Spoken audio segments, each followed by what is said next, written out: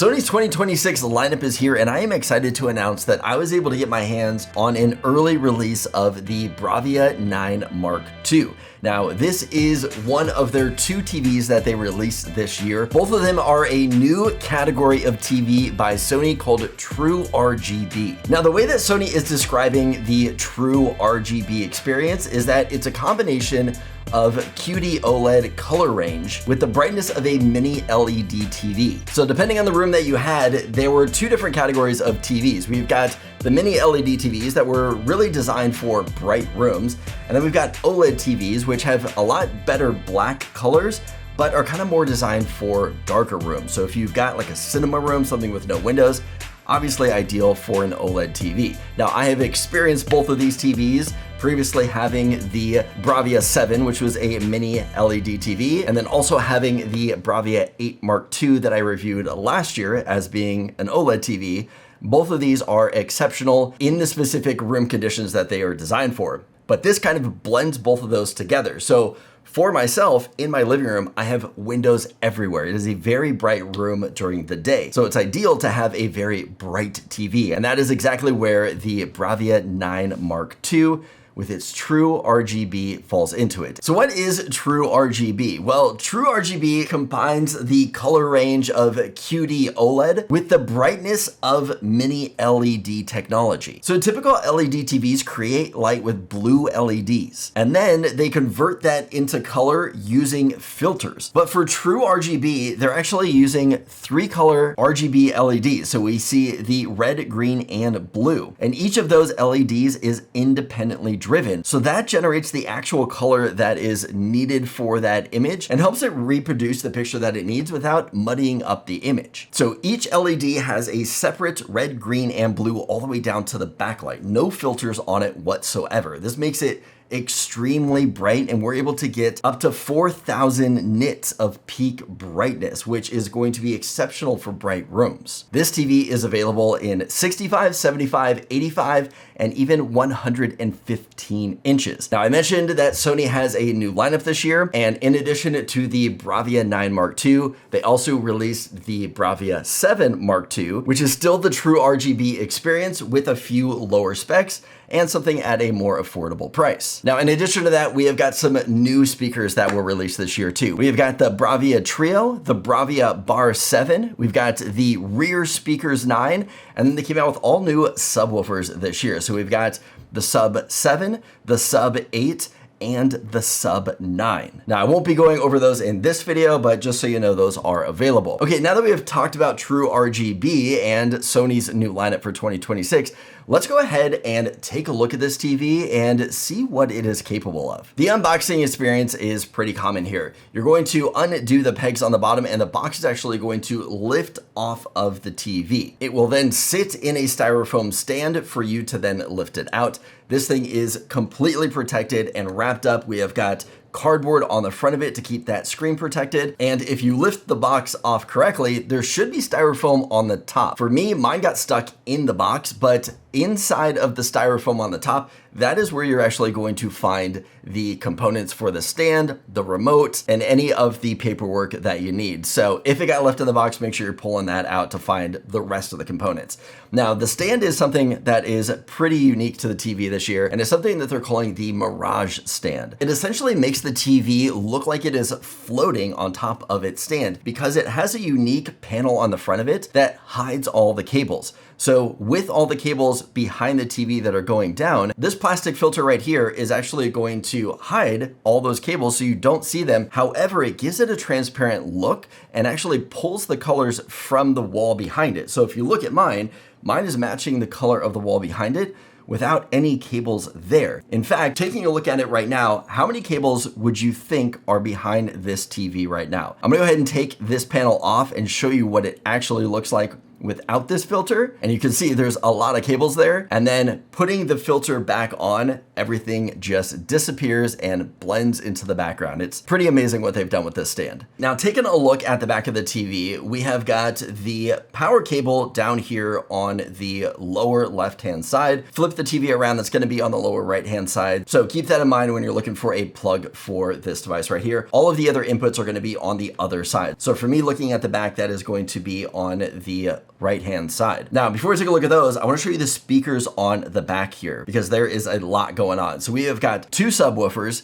we've got 2 full range speakers, 2 tweeters, and 2 beam tweeters on the back here. This TV does support Dolby Vision, Dolby Atmos, IMAX Enhanced, and DTS:X. So everything that you can need is gonna be supported by this TV. Now, taking a look at the imports here on the back, we've got 2 USB ports here on the top. Those are going to have different max power outputs. So if you're gonna plug something into the back of it, they will have different power outputs. Below that, we have got the digital audio out. So this is going to be if you have a center speaker, this is where that would get plugged into. Now, underneath that, we have got the HDMI imports. There are 4 ports back here. The bottom 2 are actually going to be 4K 120 hertz ports, with number 3 having support for eARC and ARC. Going down a little bit more, we have got our 100 megabit Ethernet port. We have got a couple of ports for different remotes, and then we have got our coax coming in for either a cable or antenna, depending on if you need that. Now, in addition to that, we also have Wi-Fi 6E coming in, so we're getting the 2.4, 5, and 6 gigahertz signals on there, so nice fast speed. And we have got Bluetooth 5.3. Okay, so here is the new remote with the BRAVIA 9 Mark II. We're gonna see a slight difference compared to the older versions. Now, here is a reference. This is the BRAVIA 7, so not the new one, but the old one that I have right here. They look very similar to each other. We got obviously a more squared off version with this one. Something you may notice is that some of the buttons right here in the center are going to be a bit bigger and easier to get to, especially when you're handling the remote and not looking at it. Other than that, the layout is mostly the same. If we take a look, we have got our input button, we've got our free TV button, we've got a settings or a menu button. So these are both going to be different menu and settings buttons right here. We have got our BRAVIA core button up here. So I like that they actually took it and put it as its own button up here and took it out of the rotation down here. That did free up this extra button right here, which we'll talk about in a second. We've got our menus right here and our select. We have got our back button, our home button. If you do hit that home button twice, it does take you into settings. Push and hold that home button down will actually give you the option to shut down or restart. That's all something I cover in the tips and tricks video that you guys can check out at the end of this video or linked below. We've got our volume up and down, channel up and down, mute, closed captioning. This is our settings button right here. This is going to take you into the Google TV settings. We've got our guide button, so you can hit that there if your TV or maybe your cable TV supports a guide feature right there. And then we have got our preset buttons. So we've got Crunchyroll, Netflix, Disney Plus, Prime Video, YouTube, and then one that I have actually been pushing for a long time. And this is a custom button right here. So you can actually customize this and put this to any app that you want. So if you have an app that you frequently use that is not a part of one of these right here, that you can program in this. So maybe you're using something like the NFL app, or you want to use like Paramount Plus or something like that. You can program that and customize it. Now, some additional features we're getting with this remote specifically, because this is the BRAVIA 9, which is their flagship premium remote, and that is going to be the ability to have a speaker here on the back, so you can do a Find My. In case you do lose this, you can locate it, and that is going to be the speaker that is going to play. It is also rechargeable, so you can recharge it, USB-C there. And then also something we'll show here in a clip is that it does have backlighting. So all of these buttons do light up when you pick the remote up. Then after a few seconds of it being set down, it'll go ahead and dim itself and then turn those buttons off. So it does have backlighting on this remote, which I think is pretty awesome. Oh, and one other thing thing to mention too, we have got our microphone button right here. When you do hit that microphone, we do have a microphone right here in the remote too. So that way you can just kind of talk into there and speak to your TV, whether you're using Google TV or Gemini. Okay, now the first thing that jumps out on this TV is its anti-glare finish. This is something they are calling Immersive Black Screen Pro. And this essentially removes any of the reflection from the TV. So typically you may see your TV and it kind of looks like a mirror. You can definitely see reflections in it. I have had that problem in the past when trying to record with the older TVs. You can see me recording in them. Not with this one. This almost feels kind of like a black hole. When I come down in the morning and look at this TV, it's black. It has got a really cool matte finish that feels very premium for this TV. And it essentially absorbs all of the light in the room to where you're not getting those bright reflections. Take a look at the windows that I have here. When it is sunny and bright, no reflections are happening on this screen. It's pretty incredible to see. Now, one thing I do want to mention though is that this Immersive Black Screen Pro technology that they're putting on the front of these screens is only going to be available on the 65, 75, and 85 inch TVs. It is not going to be available on the 115 inch. So do keep that in mind. Another thing that this TV boasts is something that they're calling X Wide Angle Pro. So because of that true RGB technology that they're using in this TV and not having to use filters, this is going to give us pretty much a great view from no matter what angle we are. If you take a look at the front of the TV, I'm going to walk to the side of it. Now, I will mention that it doesn't look as good on camera as it does in person. In person, walking to the side, I see everything perfectly fine as if I'm standing right in front of it. So pretty amazing technology that we're getting out of this new true RGB. Now, Sony was able to squeeze more performance out of their XR processor. With the AI Sense technology built into this, we're able to get optimized color, contrast, and clarity in real time. We've also got the XR Clear Image, which helps reduce noise in older and low resolution content. We've got the XR Contrast Boost, so this is going to increase peak brightness with deepening blacks for stronger contrast. Now, some of the other features we are able to grab out of this new technology right here is something called Smooth Color Gradation. This is actually going to smooth out the picture so we're not seeing as much degradation between the different scenes or different shadowing in there, which is really going to clear up that image. Now, another feature that was improved upon this year too is voice zoom. So now we're on voice zoom 3. With the voice zoom technology, it actually separates the voices from the show and increases the volume of the dialogue so you can hear the words better. Now, with the older voice zoom 2, the dialogue was enhanced, but it also elevated the sound effects and music that was in that same frequency. But with the new voice zoom 3, they're actually using AI sound separation, which actually isolates just the dialogue and makes it even easier to hear. So we're seeing much better results than we had in years past. And I gotta say, this is probably one of my favorite features with the Sony TVs. Now, something else that Sony is built into this TV is something called My Cinema Presets.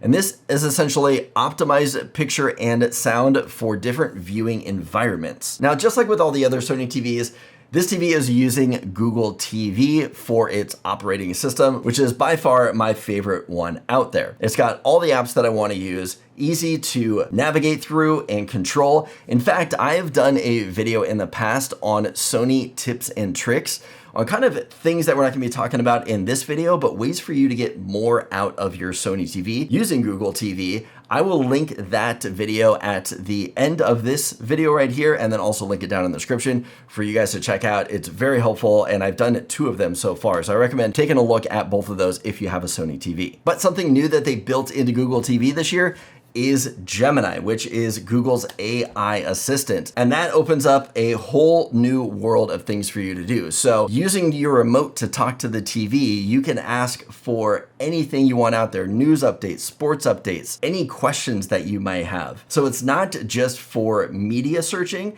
you can actually use it for any type of searching that you want to do. In addition to that, being a Google device, you can also access your smart home. So if you do have any smart home cameras, you can connect it to this TV and view your smart security cameras around your house on your TV. Now, some other features built into this too. We've also got the Apple AirPlay 2. That is going to allow you to stream content from your iPhone, iPad, or Mac. We've also got Google Cast built into it. That's going to let you cast movies, shows, and apps from your phone to this TV. And with all of the apps and media and things to store on this TV, it does provide you with 32 gigs of onboard storage. Now, sound is an incredible thing with the Sony lineup. Now, I talked about earlier that they have got a lot of new speakers coming out.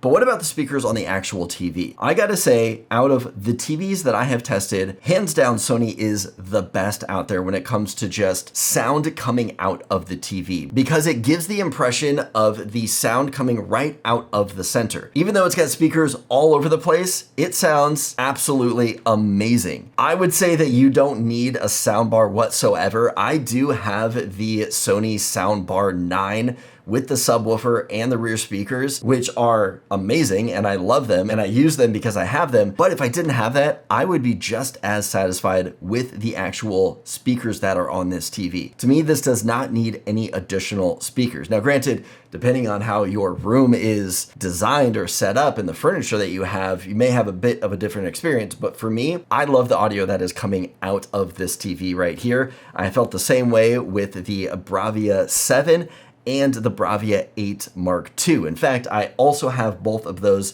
TVs. So we've got the older BRAVIA 7, which is a mini LED TV. I have got last year's BRAVIA 8 Mark II, which is their OLED TV, and gorgeous. And I gotta say, comparing this new TV to those, the BRAVIA 9 Mark II is definitely a lot closer to the BRAVIA 8 Mark II when it comes to video quality. The brightness that you're getting out of the screen, the deeper, richer blacks that I'm seeing compared to the older BRAVIA 7 are phenomenal. So the new True RGB is much closer to an OLED experience, but you're getting a brighter image for those brighter rooms. So definitely something that is ideal for my situation with all the windows that I have. Now, being a review, is there anything that I don't like or that I would change or fix with the TV? I guess if I'm being nitpicky, it would be nice to have a couple more of those custom buttons on the remote instead of just having the one on there. It would be nice to have maybe 2 or 3 for more customization. The other thing, and something they got rid of, something that I liked years ago when I initially bought my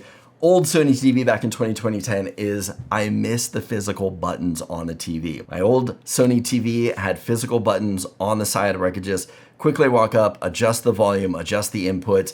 Those are things that, even though you can hit the single button underneath, that power button, and you push that to get into some other menus, I don't know. For me, I would like to have the old buttons back, but I don't see that actually happening. As far as the picture quality, it is absolutely amazing. I love the new True RGB technology that they are putting into this. It is gorgeous. I love the anti-reflective matte black screen. Audio, like I mentioned earlier, is fantastic. I love that too. So for being a flagship TV, the Sony BRAVIA 9 Mark II is a fantastic option if you are in the market. If you guys want to know more about this product or use my affiliate links down below to make a purchase, I would be eternally grateful. So thank you for that. They will be down in the description. If you guys want to check out that tips and tricks video, like I said, I got 2 of them.